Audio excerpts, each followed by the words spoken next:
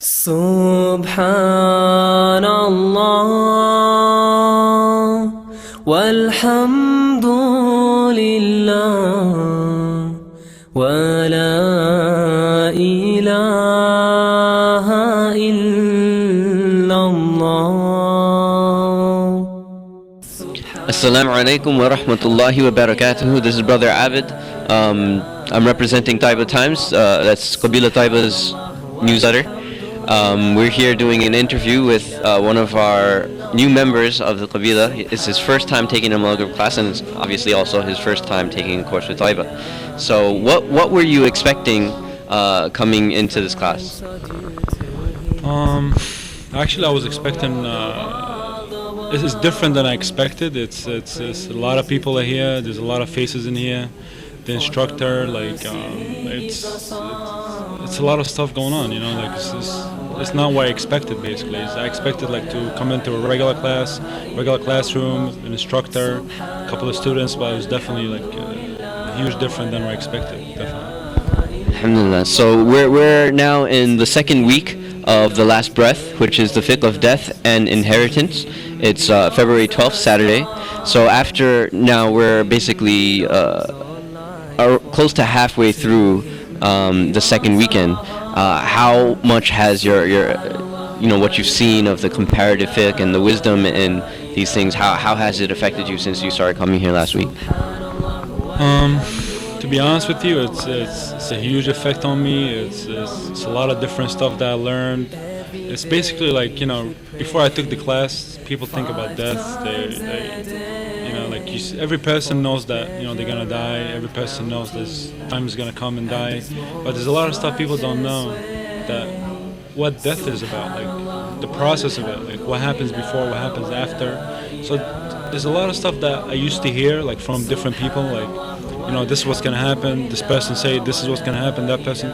So all a lot of different saying that people talks and say, and you hear from this guy, you hear from that guy. So you're kind of confused. So once I started taking that class since last week and this week, it's been, I don't know. It's like sky and earth. It's insane. It's there's a lot of stuff that I've learned, and a lot of stuff that the instructor gives out. Especially the instructor is mashallah, is really high perspective.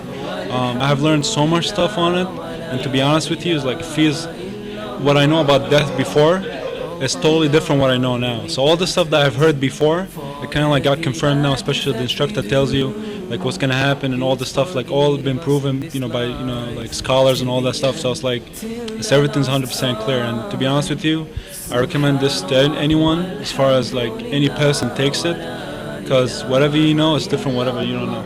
So let's backpedal a bit. I want to ask you about what was your impression when you first entered the class, when you got that book in your hands and you opened it up to a questionnaire that, in essence, prepares you for death, but is just it's shocking. What was the experience like for you?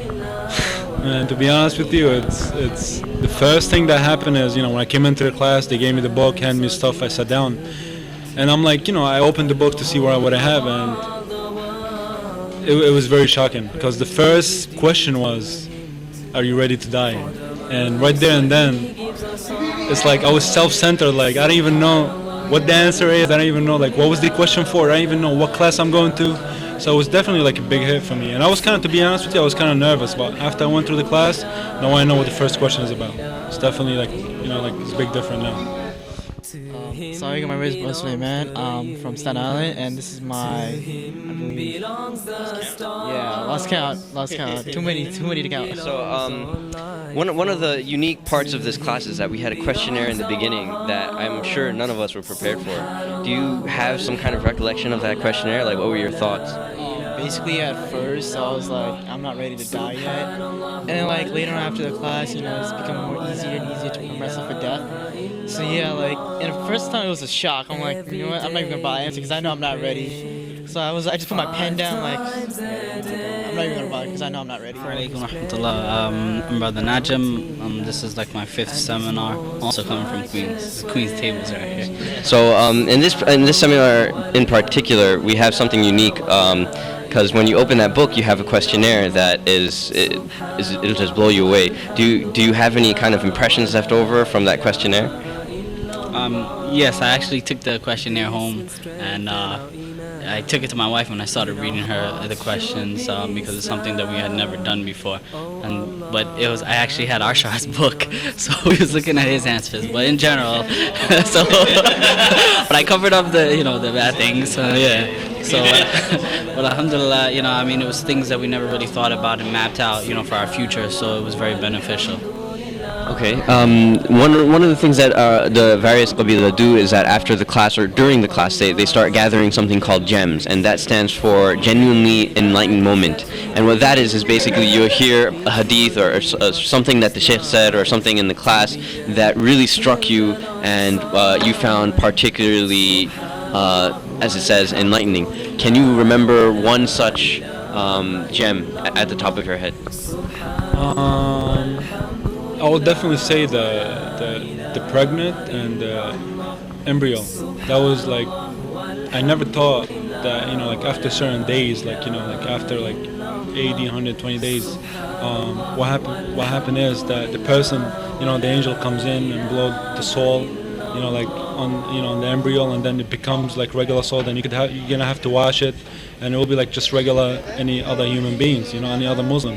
So that definitely struck me out because I didn't even have knowledge at all with that. I thought it'll be like, the pregnant and and the child and all that stuff. They're all buried in the same time, but it's different, like a different certain age, whatever the case is, like it's totally different. Okay, so One of the things that the Sheikh mentioned, and really what I'm trying to do now is to continue to have as much good deeds as possible on the Day of Judgment, because as he kept mentioning that we want to have so much on our account, and that's something that I think that I need to invest in as well as some of my brothers and sisters, inshallah.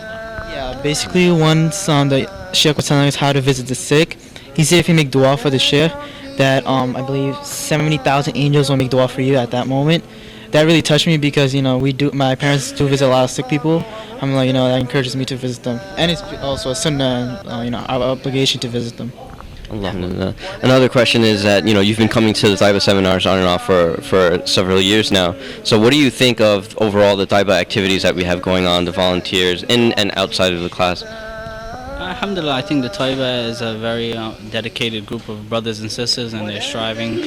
A very young group, mashallah, because you don't find many of the youth engaged in the da'wah activities. So alhamdulillah, they're trying their best really to spread the da'wah, to bring other brothers and sisters to the Maghrib group, especially myself too. I was introduced to this group by my cousin. I never really thought about paying for Islamic knowledge, and after my first seminar I just got hooked on these topics. So alhamdulillah, I've been benefiting from it ever since. Since the two of you have been taking a lot of seminars, do you have any kind of what do you think about the various Tayybah activities that are going on inside and outside the seminars? Alhamdulillah, they're great, and I'm with the volunteer crew, so yeah, so alhamdulillah, it's pretty fun. And you, brother? Yeah, I love the Tayybah. It's like a family over in this Kabila. Everybody's like close together. They always want to know each other, and yeah, it's pretty much. Assalamu alaikum wa rahmatullahi wa barakatuh. Bismillah, alhamdulillah, alhamdulillah. We are here in Qabila Tayybah in New York, and we just finished the course, The Last Breath, Fiqh of Death, alhamdulillah. I was very happy to be here, mashallah. A very nice Qabila, very beautiful city, mashallah. Very beautiful architecture and everything. And subhanallah, as I'm getting ready to leave New York, inshallah ta'ala, I pray that one day I'll be able to come back here, inshallah ta'ala, teach another course, maybe spend longer time to get to know this beautiful city, inshallah. Jazakumullah khair ya ikhwan. Assalamu alaikum wa rahmatullah. ولا تركن لأهل الظلم يوما فإن النار موحشة الركاب وإن مصيرها قعر ظلام بها الزفرات تسمع في العذاب وإن مصيرها قعر ظلام بها الزفرات تسمع في العذاب فويل ثم ويل من لظى إذا الإنسان حاد عن الصواب فويل ثم ويل للظاها إذا الإنسان حاد عن الصواب إذا الإنسان حاد عن الصواب